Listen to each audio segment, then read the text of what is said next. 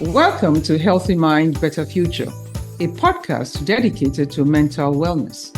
We are all challenged by psychosocial struggles. Families are broken, jobs are unfulfilling, neighborhoods are unsafe. Poverty and illnesses deter us from quality of life. We're stressed, anxious, and in despair. Healthy Mind, Better Future brings awareness and relief to those with mental health challenges.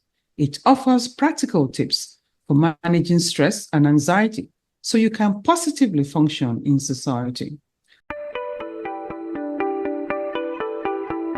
Our podcast panelists are Dr. Adeyemi Fatoki, a board-certified family medicine and addiction specialist, Dr. Olaleye, a board-certified pediatrician and primary care physician, Dr. Kenneth Soyemi, a board-certified pediatrician and general preventive medicine physician.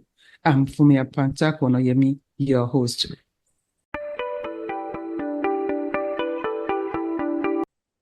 Welcome again to Healthy Minds, Better Future. Where is the time for us to have our own me time? This is the time to take care of myself. This is the time for you, yourself.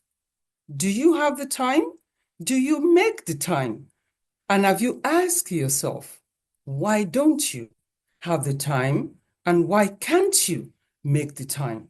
So today our discussion will be around a matter in which a middle-aged man decided that his life work is to work hard now so that he can enjoy a better future.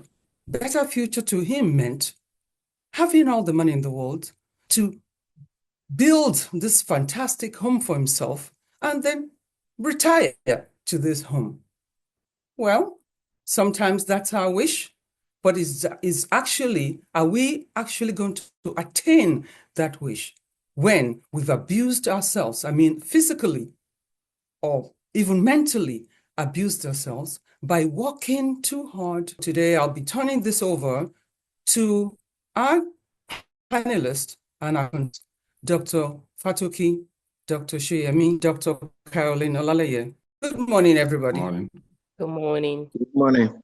Dr. Fatoki, you've seen issues, you've talked to people, you know people, and you've heard stories, just like all of us have, about those who just hold their retirement until they decide to retire, meaning they walk themselves to the ground to accumulate wealth and then say, yes, when I turn 70, I'm going to go back I'm going to live in God knows where, Australia, and just enjoy that beautiful house. I get quite a few people that I've spoken to, and I'll just give you a scenario which is typical for most of these people that think this way. Is okay, they're in their middle ages, they want to work hard, but they're still young.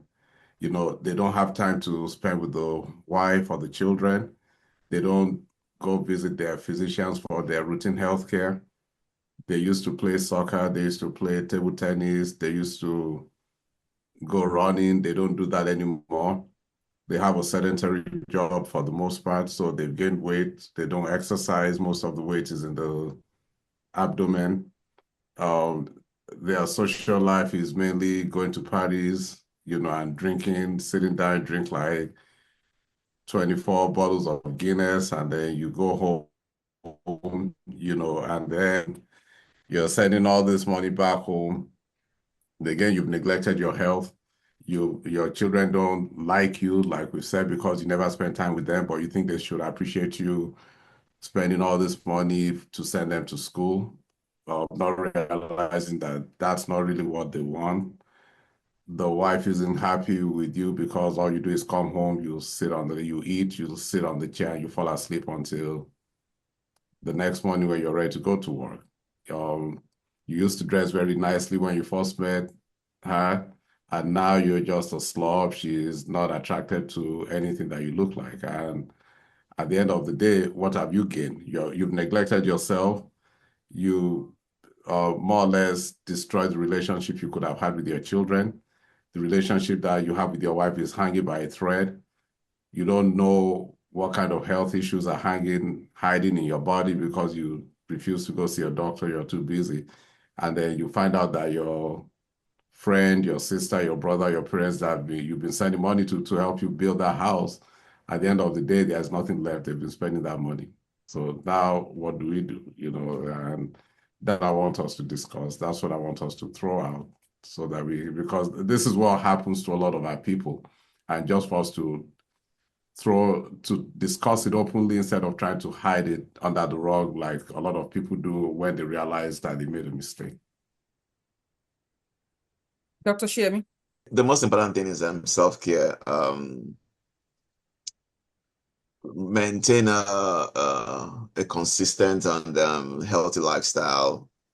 You may not necessarily be able to, when you grow older, you may not necessarily be able to play soccer like you used to play when you're a kid, but at least get 150 minutes of exercise in a week. And that may just include maybe walking about a mile or two a day and start gradually. The motion of sending money home to people to build a home for you without you actually going there is a bad move.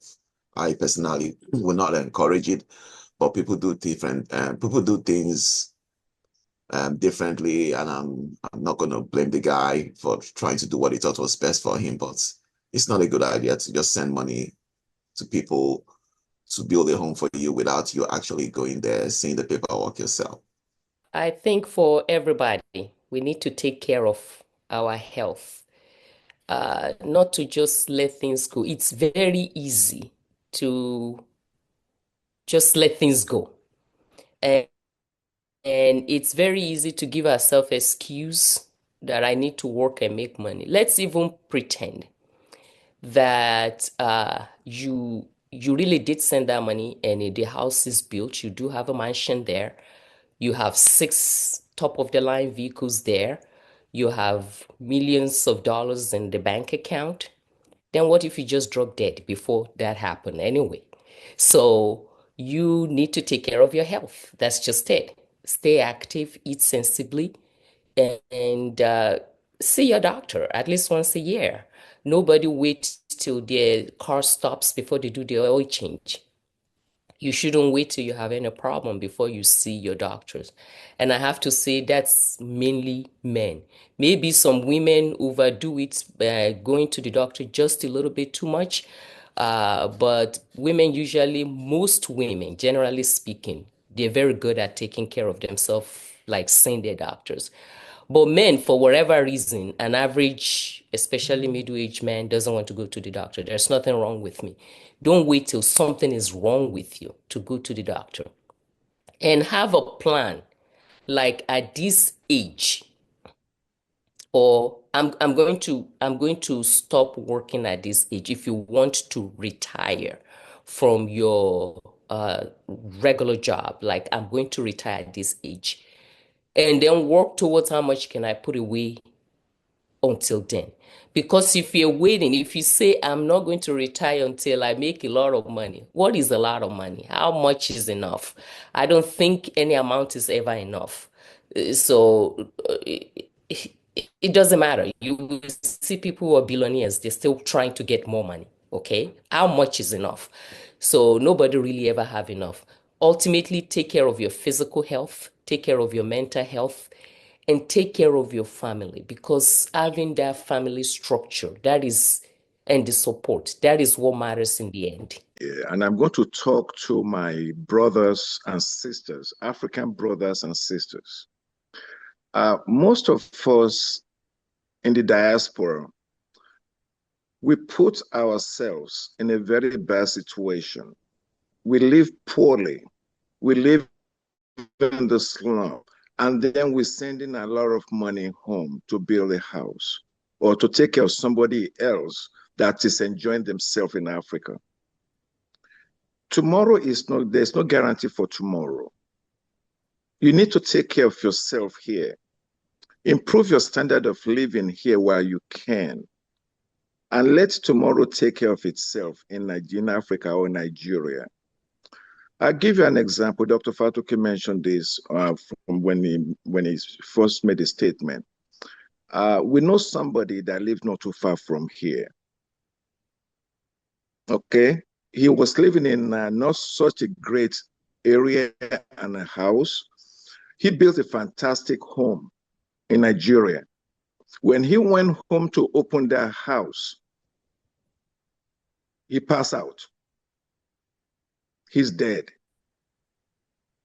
So why? Why working? And this is for nurses too. Why working 2-3 jobs? Just you want to compete with people in Nigeria or Africa to build a house. Enjoy yourself. There's no guarantee for tomorrow. Enjoy yourself, live healthy. That is what I have to say. That is important to me, that we should take care of ourselves and live your life now. And it's okay to build a house in Nigeria or wherever you want to in Africa, but make sure you maintain the standard of living and live healthy first for today.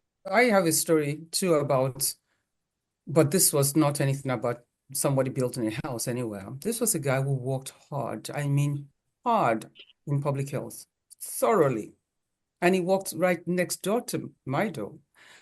And so one day I opened my door and it was almost as if I saw a ghost because he had been ill. And whenever he would go to Washington to make some presentations, I heard one time that they actually had to carry him out of the plane, for crying out loud. Then his wife started to go to the places with him. I don't know what he was looking for. I don't know what he was trying to accomplish, but he was a very ambitious man. Guess what? He died. He was working with us, right? He died. When he died, you came with me. My husband was with me when we got called that, something will happen to him. We need to give him some ceremony to appreciate him. And this man stood in front of us. You know what he was saying? Telling us his agenda for the next year. And we were looking at him knowing that we've been called to celebrate him because he will die anytime soon. And so as he did that, I wept like crazy, but I kept hiding behind his wife because I didn't want anybody knowing that I knew. I didn't want him to know, talking from the podium, that we all already know that he was about to die. What pained me though, well, this man worked so hard for our program, really hard for our program. We built him an office in his house. We will come in for some meetings. Anyway, when he died, guess what happened? We had a conference on the day of his burial. Would you believe that our program principal investigator did not because he did not want us to go to the funeral, but he had already assigned all of us to take control of some aspects of the conference. So I went to him and said, Dr. Phillips, who is going to go to this man's funeral? He said, we didn't assign anybody. And I'm thinking, this man died really serving us. Anyway, I'm saying this to say that just like you all have said, this is happening. And you know what? We don't even know that when we do things like this, where it's affecting many other people and also affecting our mental health. So because it talks about mental health, where do we go from here? How do we begin to educate people about the fact that they must take care of themselves in order to actually take care of others? That's what most people don't know. That when you take better care of yourself, you now know how to even do better when you take care of other people. I mean, love your family, spend time with your family, exercise, eat right, and all of those things. So, Dr. Fatoki, I'm taking this back to you. That what would you have told whoever this scenario of a person that while he was doing this, what should he have been doing in order to really have fullness of life and joyful life? Because that's what we negate to do. Like I mentioned, so it's one scenario, but I do see this with a lot of people, a lot of patients that I see. So one of the things that I'll say is like we've all said during the panel discussion is to take care of yourself. Like for me, for once, I can tell you, and it might sound funny, but I tell my wife I don't want her looking out. So I'm trying to make sure that I still look as good for her as I did when we first met. Okay, I make sure that I exercise, I eat right, the things that we've mentioned, and also try at least to maintain that connection with my friends and my children. You know, a lot of if when you talk to older people or if you see older people, the ones that do better are the ones who have friends that have those connections. They are the ones who have less dementia. They're the ones who have a more fulfilling life. You know, whether it's that they have a group that they travel with or that they have coffee with every morning or that they go walking with. So those connections go a long way. Um, Health screenings, you know, I have a lot of people that say there's nothing wrong with me, like we've said, or I don't want the doctor to find anything. The doctor is not going to find anything that's not already there. You know, if you say, "Oh, I went to the doctor and they found out I have cancer," if I didn't go to the doctor, maybe they wouldn't have found it. Yeah, but it doesn't mean the cancer wasn't there. You know, so you're not just in denial, you know, but again, sometimes the earlier you catch it, the better your chances for survival. Or I don't want to know if I have high blood pressure, but if the high blood pressure is diagnosed early, it can prevent renal failure in the future because it can be treated, you know, and a lot of these things can be treated very easily. Like Dr. Olaleye mentioned, a lot of women do get their checkups. It's men who have a problem going to the doctor, you know, getting a colonoscopy, or it's going to be painful. No, it's not painful. You don't even remember what's done. And there's nothing wrong with seeing a doctor. You know, so the takeaway message from my point of view is that there's nothing wrong with taking care of yourself. There's nothing wrong with spending money on yourself, the money, your hard-earned money to make you look good, to make you feel good. You know, take a vacation, spend time with your children, spend time with your friends, you know, and that's what I've maintained that connection, whether it's through WhatsApp, whether it's Facebook. Stay connected with the people that love you, that you care about, or with your childhood friends. They're friends that, or I might be thinking, oh, what happened to this person? I haven't heard from them since primary school. I get on Facebook or they're on Facebook. I'll send a message and we get connected again. And, you know, just those memories, being able to have those discussions. I've known Dr. Soyemi and Dr. Olaleye since residency. We're still connected. We still spend time together, still talk. We still bounce ideas by each other. And those are the kind of relationships that I find that are very helpful. Dr. Soyemi, how would you advise yourself? I can't say any better And your than what friends. Dr. Fatoki and Dr. Olaleye have said. Is just take care of yourself, try as much as possible and exercise. It doesn't have to be anything super intensive. At this point in stage in life, you don't necessarily have to look like a Hulk, but at least maintain a basic decent lifestyle and stay connected, just as Dr. Fatoki has said. Okay. So wrapping this around mental health, Dr. Olaleye, how do we maintain our mental wellness? If you're physically unwell, you're going to be mentally unwell. Stress is a form of mental illness, and stress hormones is bad for your physical health. Everything is connected, really. So you're so stressed out, your blood pressure goes up, you're making extra stomach acid, you're snapping at everybody, you're unhappy with everybody. Usually they're very unhappy. And then you're taking it out on everybody else. I'm working so hard. So why did you ask me to do this? No. Relax. Take care of your physical health. Take care of your if you take care of your physical health, your mental health will follow. Enjoy your family, you know. Be calm, just chill. And nobody, like I've heard it said so many times before, nobody on their dying bed regretted not spending another day at the office. But a lot of people do regret on their dying bed not spending more time with their family, not being nicer to their family. So work, like Dr. Noemi said, work forgets you quickly. You are easily replaceable on your job. I don't care where your position is. The next day they fill your position. They might send your family a bouquet of flower. That's about the end of it. Life goes on. Nobody remembers, but your family do. Think about what you're doing 100 years from today. Does it matter? And the time you invest in your children, in your wife or husband, that is what lasts. That is what matters, not the time you spend in the office. So take care of yourself. I agree with everything that's been said. And you just take care of yourself, take care of of your family, including your spouse and children, and live for today.